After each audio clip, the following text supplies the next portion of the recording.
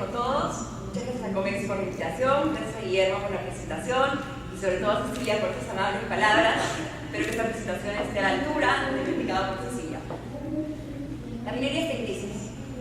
No es novedad para nadie las dificultades que vienen atravesando este sector.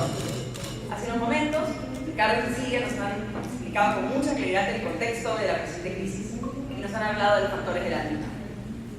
¿Qué podemos decir de los factores de la crisis? ¿Cuáles son? En primer lugar, la caída de los precios de los metales.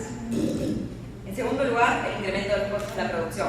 En tercer lugar, debilidad de los mercados financieros. En cuarto lugar, mala salud de la economía mundial. En quinto lugar, aversión del riesgo por parte de los inversionistas.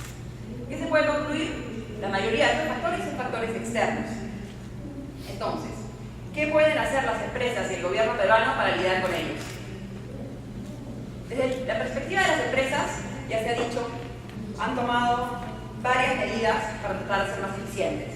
Por ejemplo, han reducido costos, han vendido activos no estratégicos, han reformulado sistemas operativos y de producción, entre otros. Ya mencionó Víctor los casos de Vale y de Río Tinto, que ilustraron otros ejemplos, como por ejemplo Hoshi, que el año pasado anunció un drástico plan para reducir sus costos, el cual incluía el cese temporal de dividendos, reducción de los sueldos de directores y un recorte en su presupuesto de exploración. Igualmente, Buenaventura anunció la venta de 4 unidades mineras que consideraban estratégicas e informó que reduciría su actividad de exploración a proyectos que se encontraran aledaños a sus proyectos actuales y dejaría de lado los proyectos más alejados. La situación para las empresas mineras se complica si tenemos en cuenta el incremento de la conflictividad social, de la cual ya Miguel seguramente nos va a hablar con mayor claridad. Entonces, volviendo al punto inicial, ¿qué puede hacer el gobierno para afrontar esta crisis minera que venimos atravesando? Lo que ha hecho es ha dado medidas legales que buscan contrarrestar los efectos de la crisis. Hay muchas que han sido aprobadas, otras que han sido propuestas y han sido rechazadas, y finalmente otras tantas se encuentran en evaluación. Entre estas últimas, me gustaría comentarles sobre el proyecto de ley 3941. Es un proyecto que supuestamente se iba a discutir en el pleno en estos días. Y este proyecto propone medidas bastante agresivas para promover los proyectos mineros. Por ejemplo, habla de una ventanilla única para la obtención de permisos, que sería administrada por el SENACE. Y también habla de una certificación ambiental integrada, que incorporaría 12 permisos que actualmente se tramitan en paralelo. Es decir, hay 12 permisos que serían obtenidos a través de una sola certificación ambiental integrada. Esos permisos están principalmente referidos al derecho de uso de aguas y la autorización de vertimientos. Ya que esta exposición es corta, hay muchos que tienen que durar 20 minutos, he elegido 3 de las medidas legales que ha adoptado el gobierno últimamente que me gustaría comentarles. La primera de estas medidas es el Decreto Supremo 001-2005-E, que es una norma que busca modificar los procedimientos para la obtención de algunos permisos. ¿Cuáles son esos permisos? En primer lugar, la autorización de inicio de actividad de exploración. En segundo lugar, la autorización de inicio de actividad de exploración, incluyendo la aprobación del plan de minado. Y en tercer lugar, la concesión de beneficio. Como pueden ver, es una norma muy optimista. Busca, mejorar los procedimientos para la obtención de los principales permisos requeridos para un proyecto minero. ¿Qué ha dicho la norma?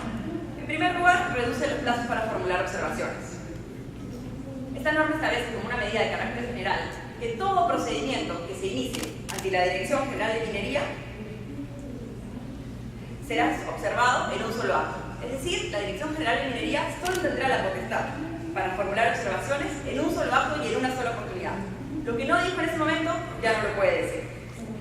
Y supuestamente tendrá un plazo de 15 días hábiles a partir de la fecha que se presenten los documentos para formular esas observaciones.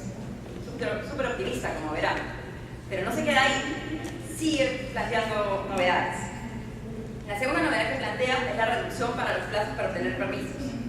No solo plazos para formular observaciones cortos, sino plazos cortos para otorgar los permisos. En el caso de autorización de inicio de actividad de explotación, habla de 10 días hábiles. En el caso del título de la concesión de beneficio y de la autorización de funcionamiento de la plan de beneficio, 15 días hábiles. Y finalmente, en el caso de la aprobación del plan de minado y la autorización de inicio de actividad de exploración, 20 días hábiles. Una tercera novedad que trae este decreto Supremo es el informe técnico minero. ¿Qué es el informe técnico minero? En el caso que un titular de la actividad minera considere necesario modificar o ampliar la capacidad instalada en una planta o instalar nuevos componentes en una planta en los supuestos que pueden ver ahí en el PPT, no va a ser necesario que inicie un trámite largo y engorroso de modificación de la concesión de beneficio. Bastará que presente este informe técnico minero, de acuerdo al formato que apruebe el Ministerio, conjuntamente con ciertos documentos vinculados al proyecto inicial, cosas que tiene que tener, como el estudio de impacto ambiental, como la licencia de uso de aguas, para que se evalúe su informe técnico minero. Otra vez, se establece un plazo muy corto. La Dirección General de Minería tendrá 15 días hábiles para evaluar el informe técnico minero. Lo interesante aquí es qué pasa si no lo aprueba, qué pasa si no se pronuncia. En este caso, la norma ha sido bien agresiva, establece silencio en el sentido positivo. Es decir, uno presenta su informe técnico minero, la autoridad no se pronuncia, en 15 días este se entiende automáticamente aprobado. Y el titular de la planta de beneficio puede ampliar, puede modificar su planta tal cual como lo tenía planeado. Como pueden ver, esta norma es muy optimista.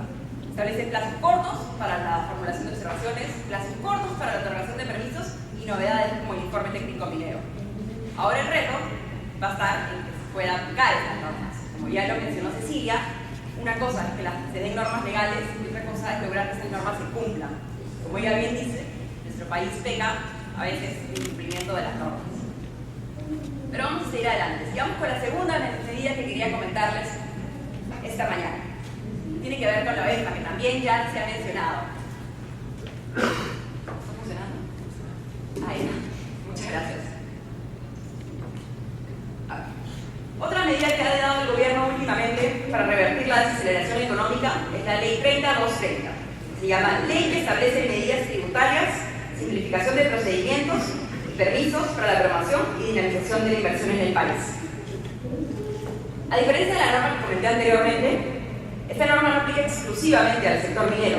Sin embargo, tiene un gran impacto en el mismo. Por eso es que me pareció interesante mencionarla. Esta norma tiene como propósito, entre otros, controlar y reducir la función sancionadora del organismo de evaluación y fiscalización ambiental, el OEFA.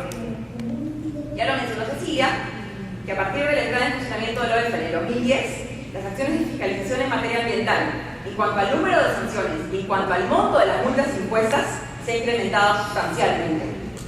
Se pasó de una fiscalización ambiental débil a una fiscalización proactiva, por llamarlo de alguna manera, pero que empezó a generar recelo y desconfianza en los inversionistas, debido al énfasis represivo que asumió la OEFA en esta función sancionadora.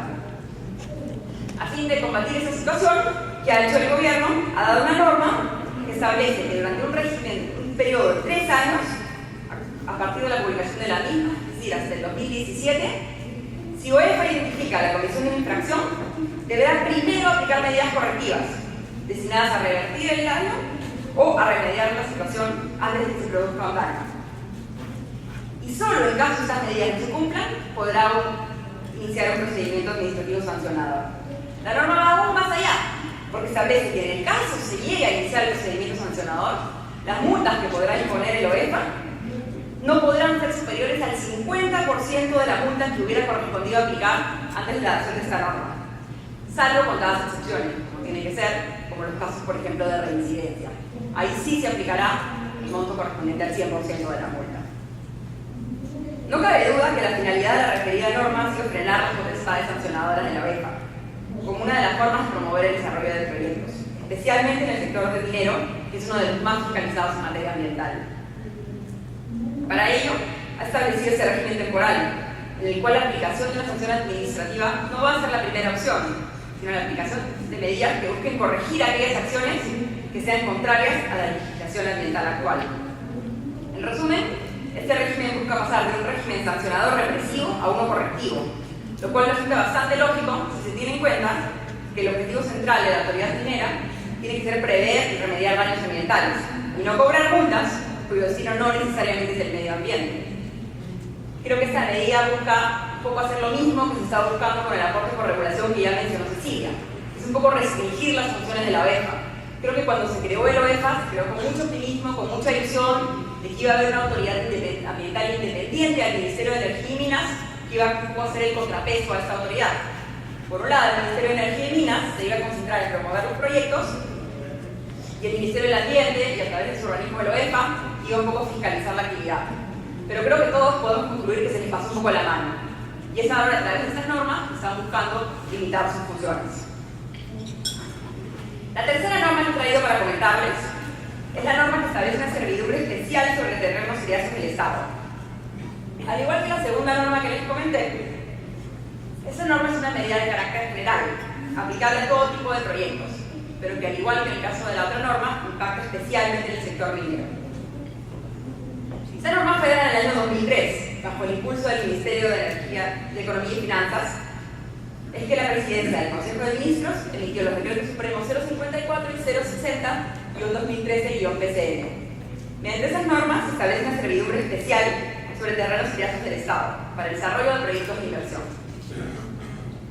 Les decía que esta norma tenía un impacto especial en la minería. ¿Por qué? Muchos de ustedes deben saber que las concesiones mineras en el Perú son inmuebles distintos al terreno superficial donde se encuentran ubicados. Es decir, cuando uno aplica para un título de concesión minera, no tiene derecho automáticamente a utilizar el terreno superficial. Tiene que ir con el titular de ese terreno superficial y obtener un derecho para utilizar el mismo. Estos terrenos superficiales pueden ser de diferentes clases. Pueden ser privados, por ejemplo, de una persona natural, de una persona jurídica o de una comunidad campesina. O también pueden ser del Estado. Hasta la fecha de las normas que les estoy mencionando, los decretos supremos 054 y 060, el titular del proyecto minero que quería comenzar a realizar actividades tenía dos opciones. ¿Cuáles eran sus alternativas? En el caso fuera en terrenos de propiedad privada, en la práctica, la única alternativa que tiene, es llegar a un acuerdo con el propietario del terreno superficial.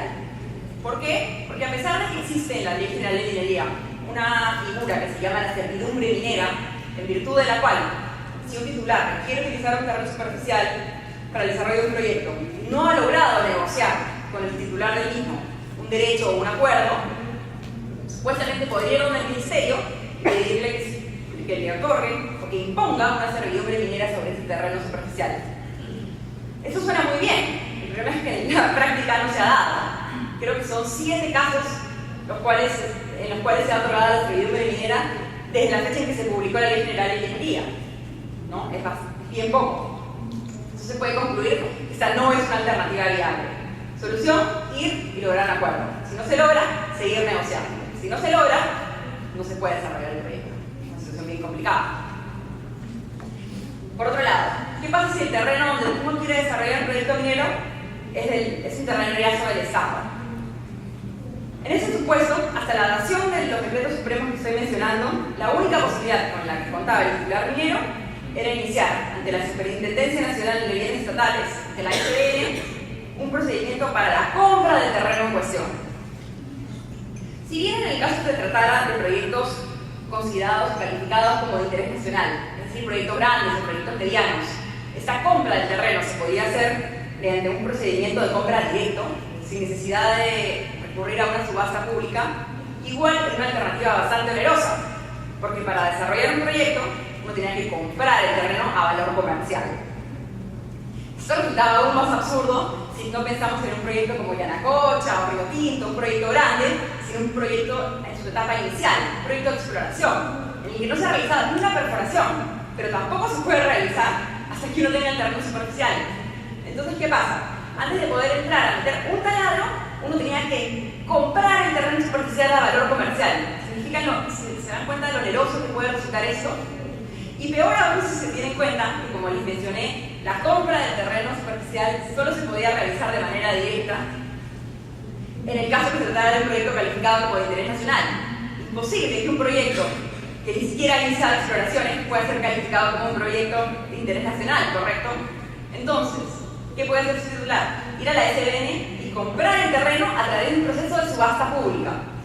Cualquier interesado en ganar el proyecto podía oponerse o podía pujar y subir el precio. Entonces, ya hecho la norma que les estoy comentando, ha creado una servidumbre especial sobre terrenos seriazos del Estado para proyectos que califiquen como proyectos de inversión. Ahora, ¿qué significa proyectos de inversión? La norma no establece criterios para poder calificar al proyecto como de inversión o no. ¿Cuáles pueden ser calificados como proyectos de inversión? Nadie lo sabe.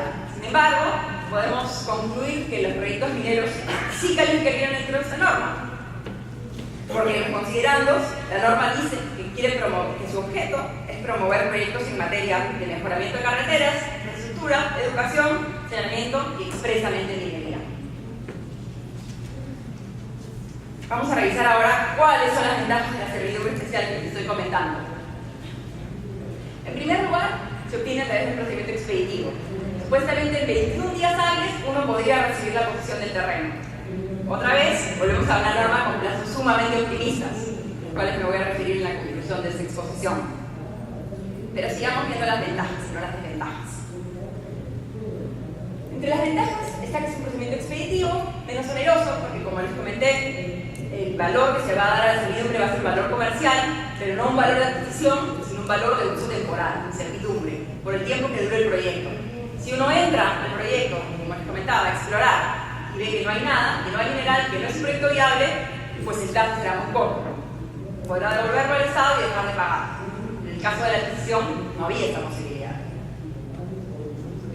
Además, esta servidumbre especial no involucra la expedición de una resolución suprema, es decir, una resolución de la Presidencia de la República, como sí lo involucra en el caso de la servidumbre minera sobre terrenos privados que les comenté hace un ratito. En este caso, será un pronunciamiento del Ministerio de Energía y Minas, la autoridad sectorial, que establezca simplemente que el proyecto en cuestión califica como un proyecto de inversión.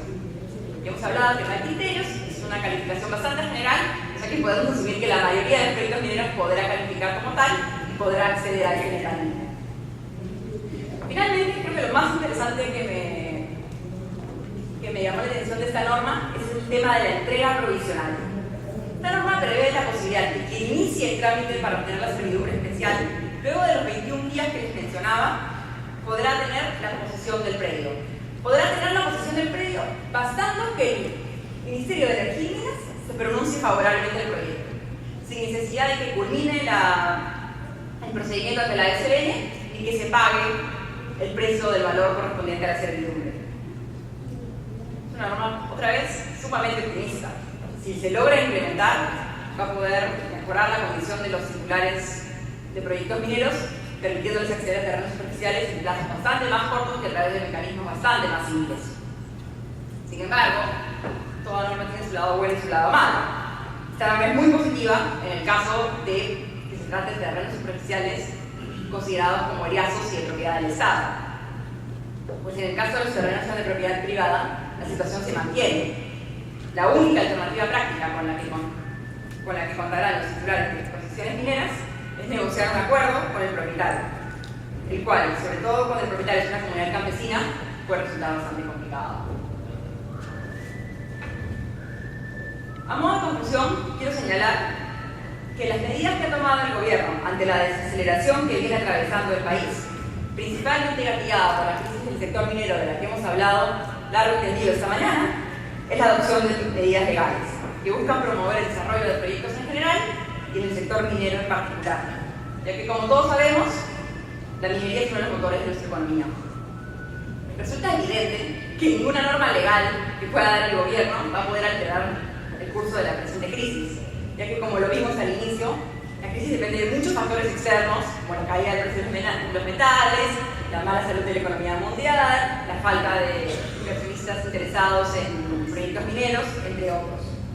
Pero lo que sí pueden hacer estas medidas es, por un lado, contribuir a reducir los costos involucrados en la obtención de permisos que afrontan los titulares de proyectos mineros, ya terminó. Y por otro lado, crear un ambiente propicio para traer a nuestro país los escasos recursos disponibles para la inversión en proyectos mineros. En mi opinión, las normas son buenas, son positivas. ¿Qué puede hacer el gobierno? Tiene que dar normas, no tiene muchas otras alternativas. Sin embargo, ahora el reto va a estar, ya lo dijo Cecilia, en que estas medidas legales tan bonitas que se han dado sean implementadas en la práctica.